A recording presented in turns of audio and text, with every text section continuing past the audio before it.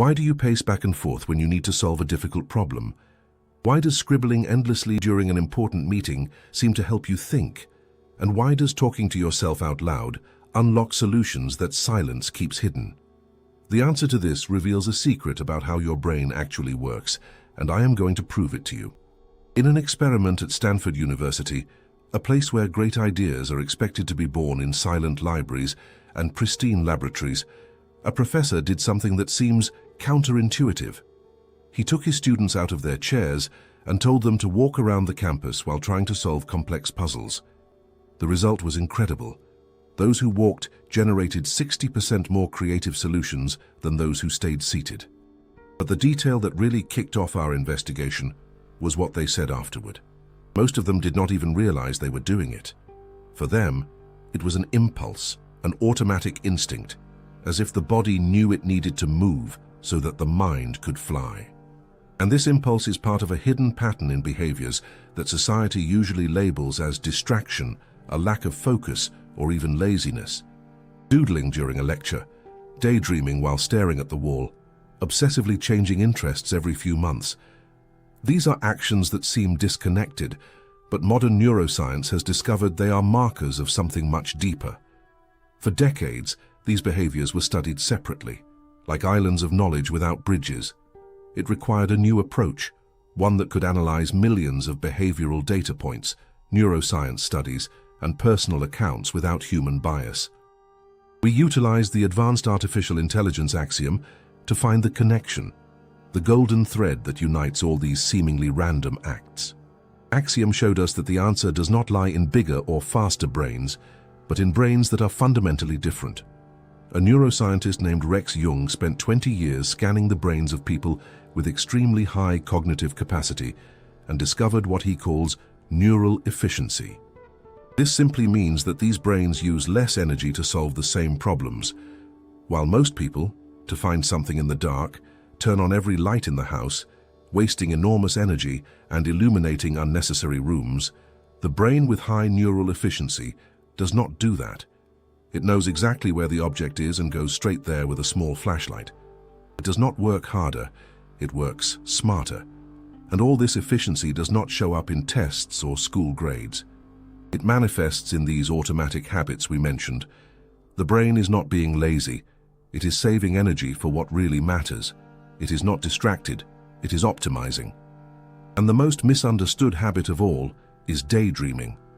When an average person daydreams, their brain enters what scientists call the default mode network. It is like putting a car in neutral, a state of mental rest where the mind wanders without purpose. But in high-efficiency brains, something completely different happens. A study from the University of Georgia used MRI scans to peek inside the heads of these people while they were zoned out. What they saw was shocking. The default mode network was not resting. It was on fire. It was hyperactive, creating bridges between areas of the brain that usually do not talk to each other. The temporal lobe, where memories are stored, was exchanging ideas with the prefrontal cortex, the center of planning. The limbic system, the center of emotions, was connecting with the visual areas. It was a symphony of neurons happening in silence. Christine Godwin, the lead researcher, described it brilliantly. These brains cannot stop working, but instead of burning out, they use daydreaming as a way to process information in the background. This is why the best ideas, the solutions to problems that have plagued us for weeks, often appear out of nowhere during a shower or while staring out the bus window. It is not out of nowhere. It is the result of this silent processing, of this supercomputer working in the background while you did not even know it was on. While the outside world sees a person standing still, staring into the void, inside, a storm of connections is taking place. It is the brain using its efficiency to solve problems in non-linear ways, far from the pressure of consciousness. These people are not running away from reality. They are processing reality in much higher definition. And most of them spend their entire lives feeling guilty about it, thinking they are distracted or lazy, never understanding that this habit is, in fact, their greatest creative tool. This powerful processing that happens in the background is an incredible tool, but it has a weak point, a mortal enemy: boredom. A high-efficiency brain does not know how to handle monotony. A simple and repetitive task is like asking a race car to drive in first gear for miles. The engine overheats, sputters, and eventually shuts down.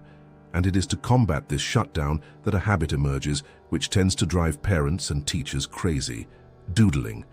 It seems like childishness, a clear sign that the person is not paying attention, but neuroscience tells a completely different story. Jackie Andrade from the University of Plymouth created one of the most elegant experiments to prove this. She gave a group of people an unbearably boring task: listening to a 2.5-minute voice message about a party they were not going to, full of names of people they did not know. Half the group could only listen, sitting still and quiet. The other half was given paper and pen and could doodle at will while listening. The result was a bombshell. Those who doodled remembered 29% more information. 29% is not a small advantage. It is a brutal difference. Why does this happen? Remember neural efficiency, the flashlight that goes straight to the point. When this brain is forced to deal with little information or something uninteresting, it runs the risk of turning off the flashlight completely and diving into that internal world of daydreaming we saw earlier. It simply disconnects from the outside world. The doodle acts as an anchor. It is a low-intensity physical activity that keeps a small part of the brain occupied, just enough to stop the mind from getting completely lost. It is like keeping the car engine running in neutral instead of turning it off at the stoplight. Keeping the engine running allows it to respond instantly when the light turns green. For the brain, doodling keeps the attention circuits active and ready to pick up important information, even if it is hidden in the middle of a monotonous speech. But this was where Axiom's analysis revealed a layer that individual studies had not connected. It did not just analyze if people were doodling, but what they were doodling. And the pattern that emerged was fascinating. People with high cognitive capacity rarely draw figurative things. They do not make little houses, trees, or smiley faces. They create patterns, geometries, spirals, cubes, abstract spiderwebs, filling in small squares. Why? Because their brain is not just trying to stay awake, it is using that moment of boredom to train its most fundamental skill: pattern recognition and the search for structure in chaos. It is a form of neural multitasking at the highest level. While one part of the mind passively absorbs auditory information, the other part, through the hand, is literally practicing logic. It is exploring symmetry, repetition, and structure. It is like a pianist practicing scales with one hand while reading sheet music with the other. To an outsider, it looks like just a meaningless scribble in the corner of the page. To the brain, it is a warm-up exercise, a way to keep the musculature of abstract thought in shape.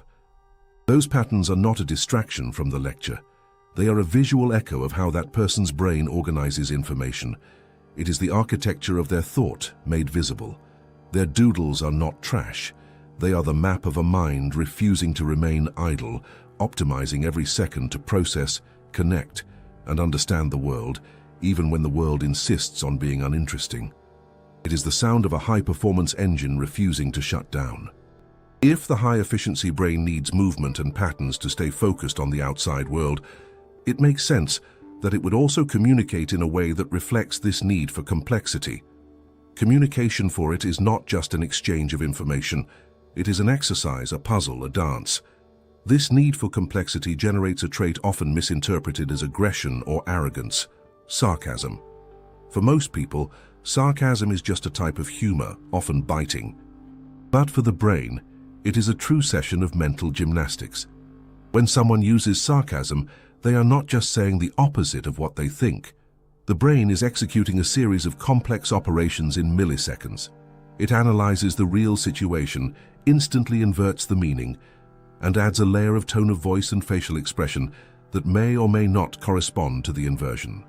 Then, it calculates the probability of the other person understanding all these layers and decoding the message correctly.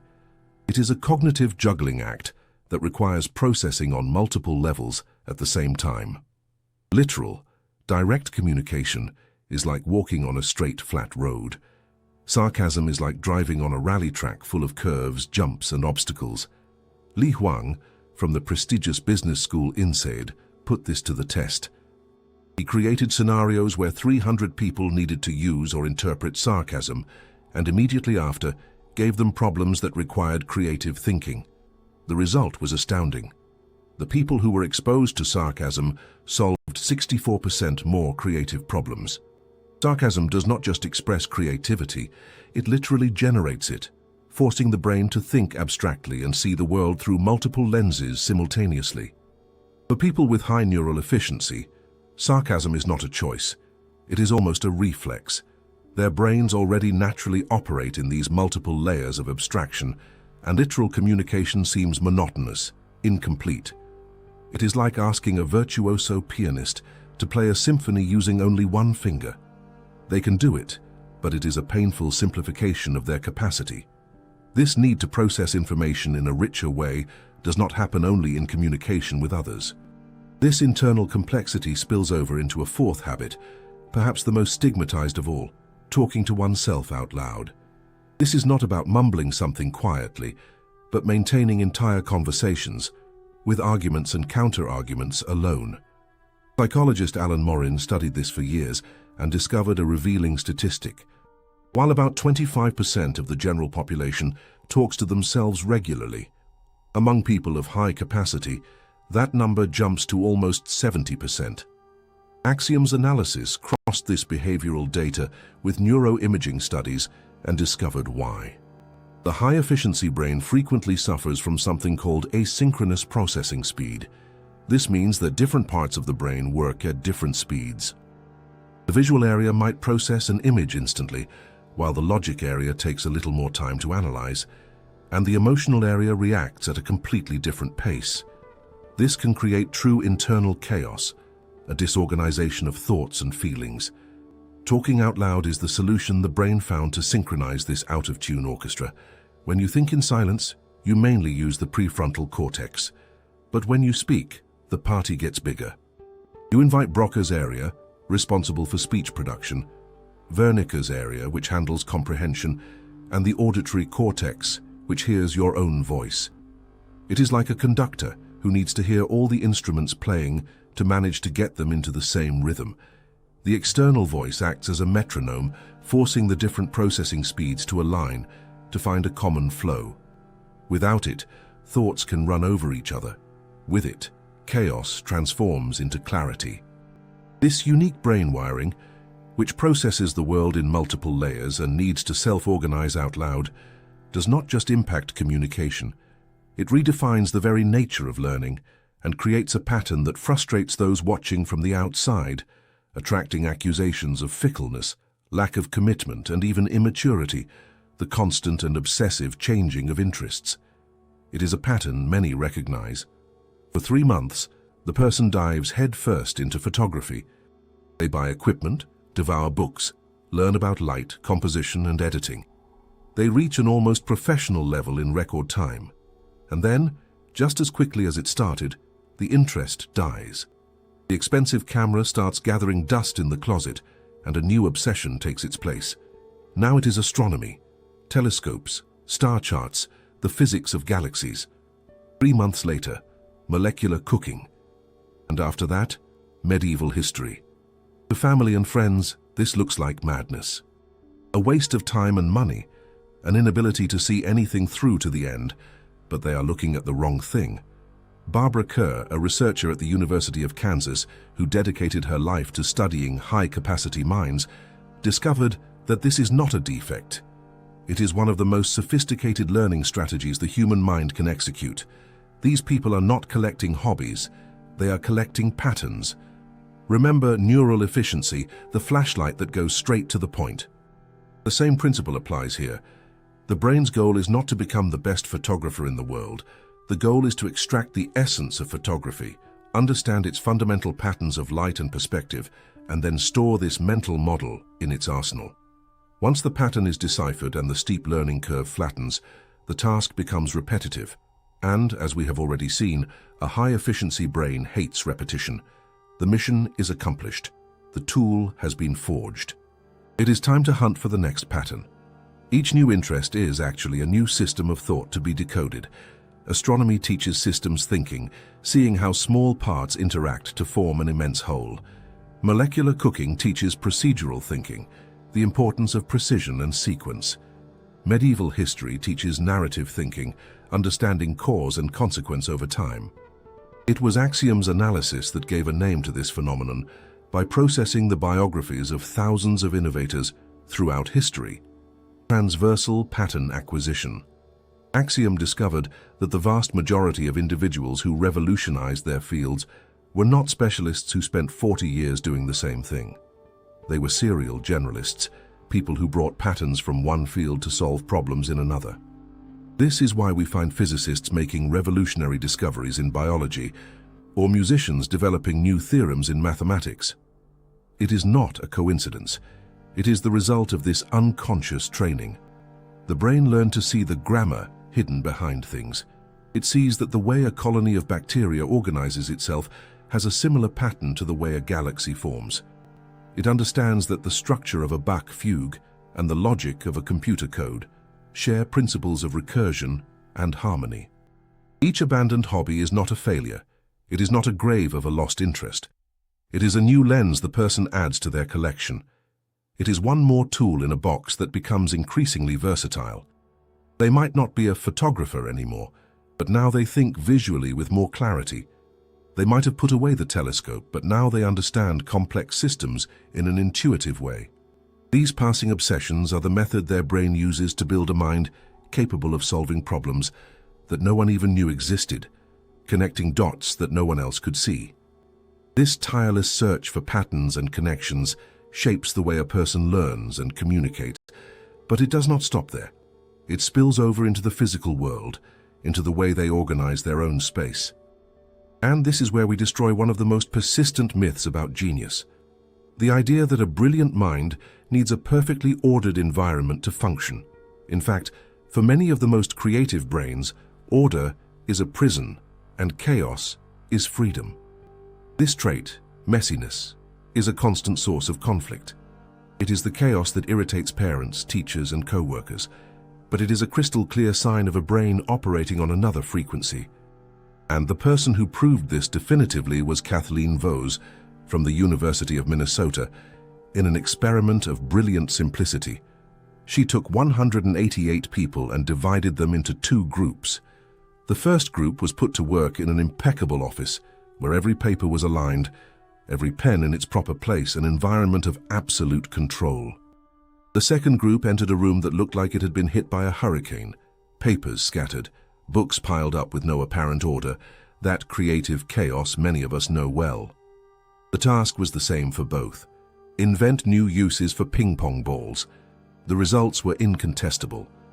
The group in the chaotic environment not only generated a larger number of ideas, but their ideas were rated as significantly more creative and innovative by a panel of independent judges who did not know which idea came from which group. Why does this happen? Because our brain is influenced by the environment. An ordered space activates mental schemas of convention in us, of following the rules, of thinking inside the box. Messiness, on the other hand, does the opposite. It breaks these invisible restrictions, giving the brain permission to make new connections, to explore unconventional paths.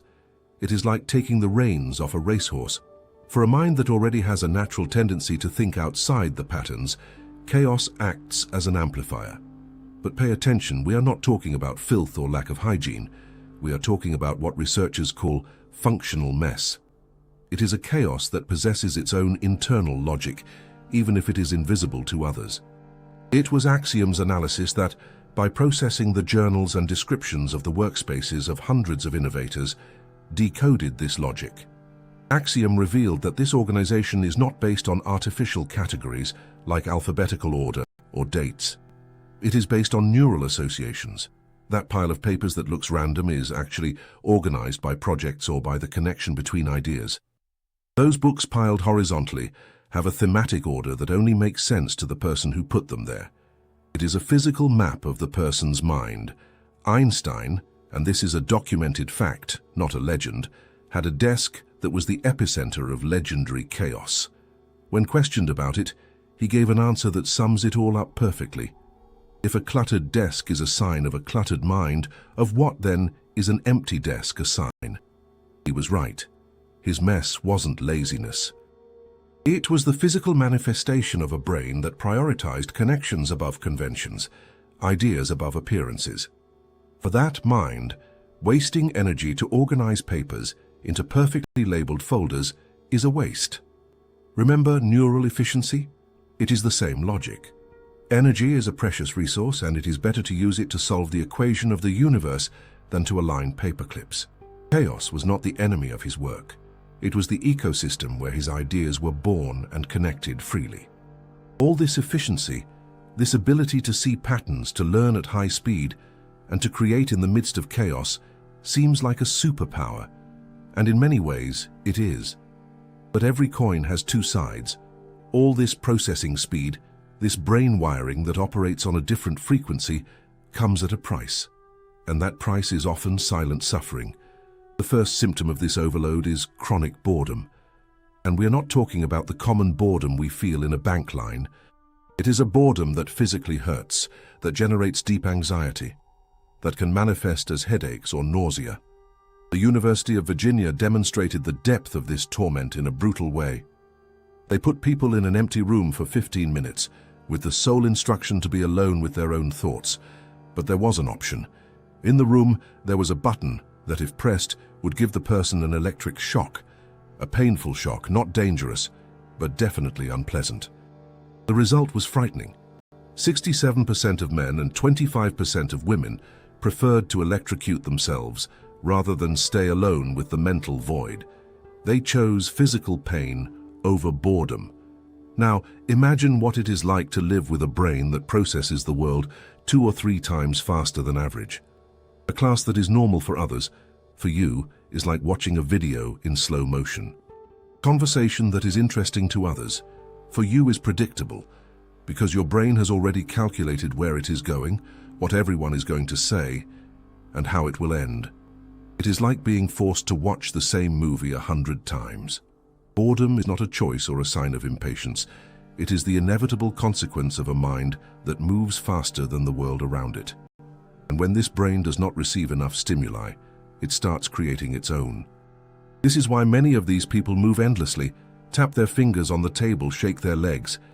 What looks like attention deficit is an excess of processing capacity begging for data. This sensitivity is not just intellectual. It permeates the entire experience of life, a phenomenon that psychologist Kazimierz Dabrowski called overexcitabilities. Axiom's analysis confirmed that these 5 intensities are not separate problems, but the 5 pillars of a single supersensitive nervous system. It starts with the psychomotor, the need for movement to think, the physical energy that overflows, immediately followed by the sensual, where lights are brighter, sounds are louder, textures more intense.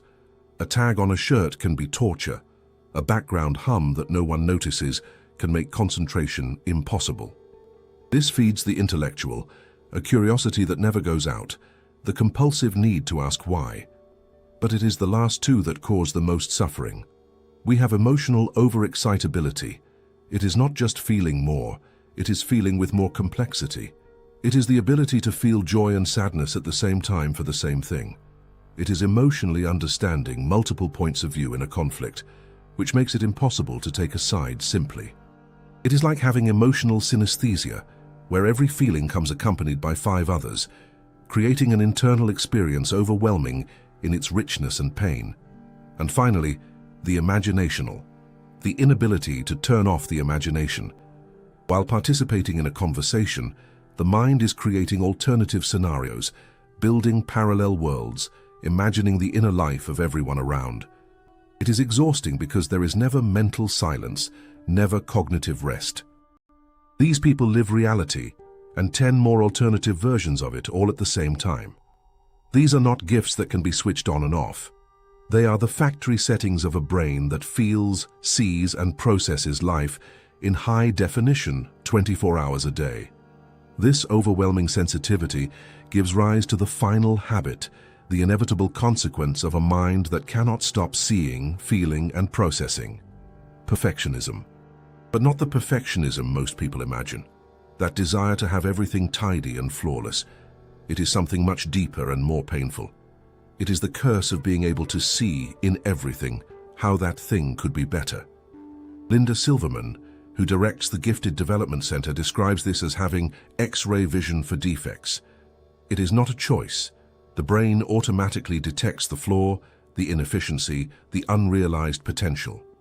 It is the same pattern recognition skill we saw before, but now applied to reality constantly and relentlessly. This person sees the typo in the book, the out-of-tune note in the song, the logical flaw in the argument, the inefficiency in the system. And they cannot simply ignore it, because the instant the brain detects the problem, it has already started generating solutions, imagining the improved version, the correct version. This creates a terrible internal conflict. On one hand, pointing out every flaw makes the person seem negative, critical, impossible to please. On the other, remaining silent feels like a betrayal of their own perception, like pretending not to see what is clearly there. Many learn to shut up, to swallow their observations, but this only makes the experience lonelier. This impulse does not come from ego. It comes from an almost physical hunger for excellence, from the pain of seeing the distance between what something is and what it could be. And this combination of emotional intensity and a vision that does not forgive flaws leads to the most universal experience among these minds, the deep sensation of being different, like a foreigner born on the wrong planet. It is not teenage melodrama. It is a real disconnection with neurological bases. Studies show that their brains process social information differently. They try to calibrate their responses to seem normal, a constant translation effort that is mentally exhausting. But the deepest explanation comes again from Kazimierz Dabrowski and his theory of positive disintegration. He suggested that these people are in a constant development process that the majority of the population never experiences. While others find an identity and settle into it, the person with high capacity is in perpetual evolution, questioning, rebuilding, disintegrating old certainties to build new, more complex ones. It is like being a caterpillar that never finishes turning into a butterfly because it is always in metamorphosis. This makes them profoundly lonely. They create a deep connection with someone, but 6 months later, they are already a different person, while the other remains the same. It is like living life in fast forward, while others are in slow motion. And here lies the greatest tragedy of all, the blind spot of our society. Axiom's final analysis crossed all these behaviors with data from the mental health system, and the result was bleak. Countless of these people spend their lives being diagnosed with anxiety, depression, attention deficit hyperactivity disorder, or bipolar disorder. They receive medications to treat symptoms that in reality are the fundamental characteristics of their neurological wiring. They try to fix themselves without ever realizing they are not broken. The final irony is cruel. Society says it values intelligence, creativity, and innovation. But when it encounters individuals who naturally possess these characteristics in their purest and most chaotic form, it medicates them, marginalizes them, and forces them to conform. It is like saying you love flowers, but you cut all the ones that dare to grow taller than the grass. Meanwhile, these extraordinary minds, these processors of reality in high definition, walk among us, not knowing what they are, trying desperately to seem normal, when their greatest gift, their greatest strength is precisely not to be. If you like this investigation, subscribing to the channel helps us expand the Axiom investigation project. We would love to read your thoughts on the video's subject in the comments and your suggestion for the next topic to be covered. Tell us which city you are watching from. Thank you for staying with us until the end.